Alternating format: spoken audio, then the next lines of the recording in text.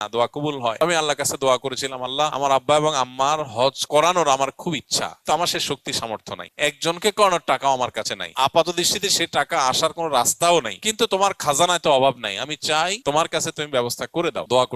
দোয়া করছি আমার কাছে হজ করাবার কোনো সামর্থ্য নাই, কিন্তু আমার খুব ইচ্ছা যে আল্লাহ আমার বাবা মা জীবদ্দশা আমি হজ করলাম, তাদেরকে হজ যেন করাইতে পারি। খুব দোয়া করলাম, খুব দোয়া করে আসলাম, দেশে আসলাম। হজ করে আসার পরে এক আল্লাহর বান্দা আমাকে বলতেছেন যে আঙ্কেল আন্টির কি পাসপোর্ট আছে?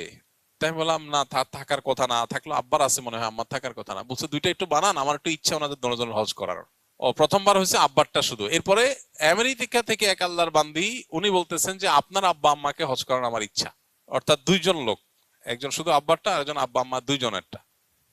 এবং পরবর্তী হজ আসার আগে আগে দোয়া কবুল হয়ে গেছে। আবার অনেক সময় দোয়া কবুল হতে দেরি হতে পারে, তাতে কি? এই জন্য হজ করার তাড়া, ব্যথা, দরদ এটা অন্তরে লালন করতে হবে, দোয়া করতে হবে, চোখের পানি ফেলতে হবে।